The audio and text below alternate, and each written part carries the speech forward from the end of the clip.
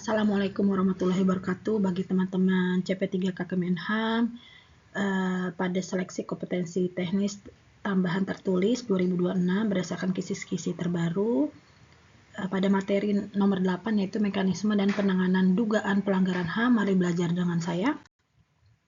Ini jadwal dan mekanisme SKTT-nya tanggal 30 sampai tanggal 31 Maret 2026 dengan sesi pertama, 2, dan 3 itu durasinya 60 menit dan persiapan durasi 60 menit, registrasi peserta, penitipan barang, body checking, dan durasi pelaksanaannya 120 menit atau 2 jam.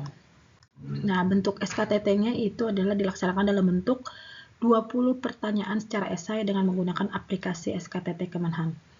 Masing-masing jawaban pertanyaan memiliki range 0 sampai 5 dan nilai tertingginya adalah 100 ya.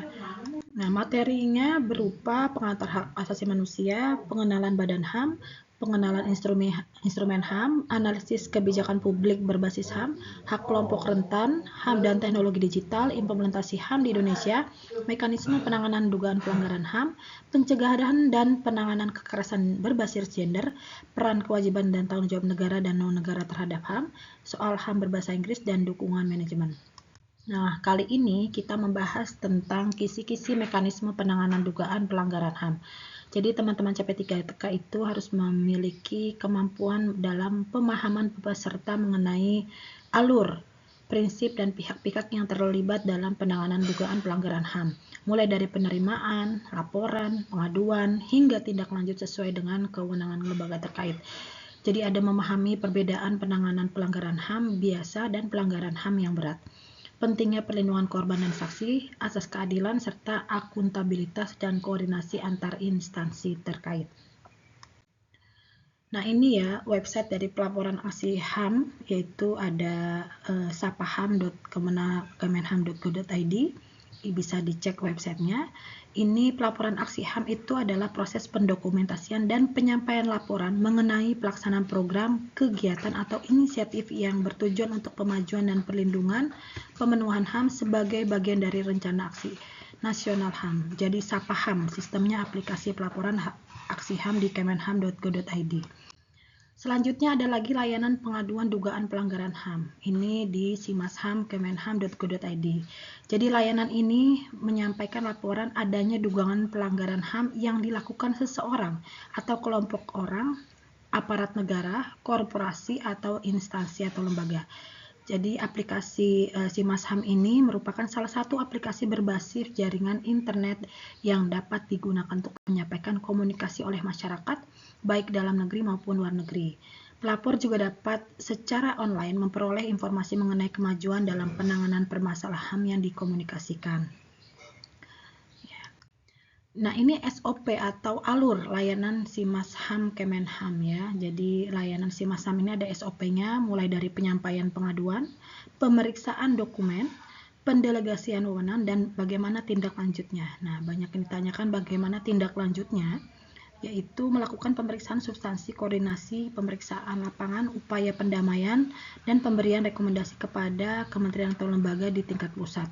Jadi apabila rekomendasi ditindaklanjuti, disampaikan surat informasi kepada sang pelapor ya. Ini bisa dicek di websitenya simasham kemenham.go.id. Lalu ada lagi sistem pengaduan simasham ya. Jadi simasham kemenham.go.id ini sistem pelaporan pengaduannya mulai dari penginputan data pelapor, lalu kategori pelapor, individu dalam negeri atau luar negeri ya, nama pelapor, jenis kelamin, kewarganegaraan, jenis identitas ini ya, lalu apa saja pengaduannya. Ini bisa diketik permasalahan yang ada dilakukan di masyarakat ya. Nah, sistem pengaduan Komnas HAM. Nah, ini Komnas HAM itu artinya Komisi Nasional Hak Asasi Manusia. Jadi pengaduan komnasham.go.id ini ya websitenya.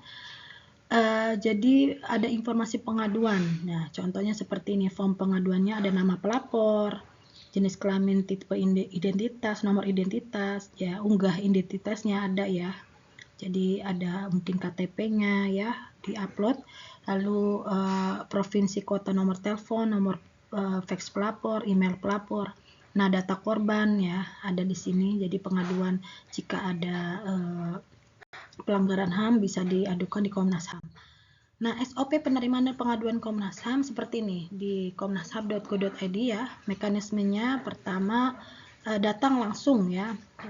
Ada emailnya, ada websitenya, audiensinya, ada proaktif dan pos cetak atau biro umumnya. Jadi petugas administrasi itu mencatat ya bagaimana pengaduannya. Nah, seperti ini ya mekanismenya, bisa dipelajari sampai ada tindak lanjut dan validasi arsip pengaduannya. Nah, pelanggaran HAM itu adalah setiap perbuatan seseorang atau kelompok orang termasuk aparat negara, baik disengaja maupun tidak disengaja, atau kelalaian yang secara melawan hukum, mengurangi, menghalangi, membatasi, atau mencabut hak asasi manusia seseorang atau kelompok seorang dan tidak mendapatkan atau dikhawatirkan tidak akan memperoleh penyelesaian hukum yang adil dan benar berdasarkan mekanisme hukum yang berlaku. Jadi pelanggaran HAM itu ada HAM biasa atau ringan dan pelanggaran HAM berat. Jadi kalau ringan itu yang mengancam nyawa manusia namun tetap melanggar hak dasar seperti pencemaran nama baik, penganiayaan ringan atau menghalangi kebebasan ekspresi. Kalau pelanggaran HAM berat, nah itu ada kejahatan genosida, kejahatan kepada manusia, pembunuhan ya, lalu perbudakan, pengusiran, pemaksaan, penyiksaan, itu namanya HAM berat. Nah, bagaimana penanganannya? Penanganan pelanggaran HAM itu ditangani dengan respon cepat ya. Mekanismenya yang pertama adalah melakukan pemeriksaan awal terhadap informasi korban atas dugaan pelanggaran HAM, lalu menerbitkan surat perlindungan yang ditandatangani oleh anggota pada Subkomisi Penegakan HAM, lalu menyampaikan kepada instansi terkait untuk memberikan perlindungan kepada korban, lalu melakukan koordinasi dengan instansi terkait mengenai tindak lanjut penanganan pengaduan. Jadi pemantau aktivitas HAM itu melakukan pemeriksaan awal materi pengaduan untuk menentukan ada atau tidaknya dugaan pelanggaran HAM. Jadi pengaduan itu ditindaklanjuti dengan penanganan pemantauan, pengawasan, dan penyelidikan, serta mediasi. Nah, kalau penanganan pelanggaran HAM berat itu di Indonesia dilakukan melalui mekanisme yudisial atau pengadilan HAM, ad hoc, dan yudisial, rehabilitasi atau kompensasi. Jadi Komnas HAM itu melakukan menyelidiki, Kejaksaan Agung menyidik juga, dan pengadilan memutuskan perkara. Informasi proses penanganan melalui penyelidikan dan pemeriksaan dengan pelanggaran HAM yang berat sepanjang masih dalam proses penyelidikan dan pemeriksaan di Komnas HAM, penyidikan atau penuntutan oleh Jaksa Agung, pemeriksaan di tingkat pengadilan hingga memperoleh kekuatan hukum yang tetap. Nah, ini berkas penyelidikan pelanggaran HAM yang berat ya, berasal dari apa aja? Jadi penyelenggara pelayanan pengaduan, penyelenggara pemantauan pengawasan penyelidikan, penyelenggaraan pengkajian hasil pemeriksaan lapangan, ada penanganan pelanggaran HAM berat ya, ada barang bukti. Nah, kalau berkas penyelidikan pelanggaran HAM berat dapat berupa apa saja? Pertama, surat pengaduan, dokumen pendukung, barang foto, rekaman, berita acara pemeriksaan, surat-surat pemanggilan. Ini ya bisa dibaca ya. Nah, perlindungan saksi korban. Nah, Undang-Undang Nomor 13 2006 tentang perlindungan saksi korban ya, mengatur mengenai bagaimana sih negara melindungi saksi dan korban kejahatan dengan cara memberikan hak bantuan seperti kompensasi, restitusi, bantuan lainnya. Nah, tahun 2008 itu dibentuk LPSK atau Lembaga Perlindungan Saksi Korban. Tujuannya adalah untuk memberikan rasa aman pada saksi korban ketika mereka memberikan suatu keterangan terhadap suatu tindak pidana dan diharapkan dapat mengungkap suatu kejahatan tanpa ada rasa takut dari saksi korban karena akan dilindungi oleh negara. Ya. Nah, jadi teman-teman peserta CP3K yang contoh soal materi ini, pertama yaitu jelaskan pelaporan aksi HAM di Kementerian HAM. Lalu yang kedua, sistem apa yang digunakan untuk pelayanan pengaduan pelanggaran HAM oleh Kemenham. Lalu yang ketiga, bagaimana sih penanganan HAM pelanggaran HAM berat. Lalu yang terakhir, Undang-Undang Nomor 13 2006 tentang perlindungan saksi korban yang mengatur mengenai bagaimana negara melindungi hak dan korban kejahatan dengan cara memberikan hak dan bantuan seperti kompensasi, restitusi, dan bantuan lainnya. Nah, tahun 2008 itu dibentukkan LPSK atau Lembaga Perlindungan Saksi Korban. Nah, tujuan dibentuknya LPSK itu apa? Baik teman-teman, jika mau lulus CP3K untuk SKTT selanjutnya mari join bimbel bersama saya. Ini daftar linknya, jangan lupa diregistrasi.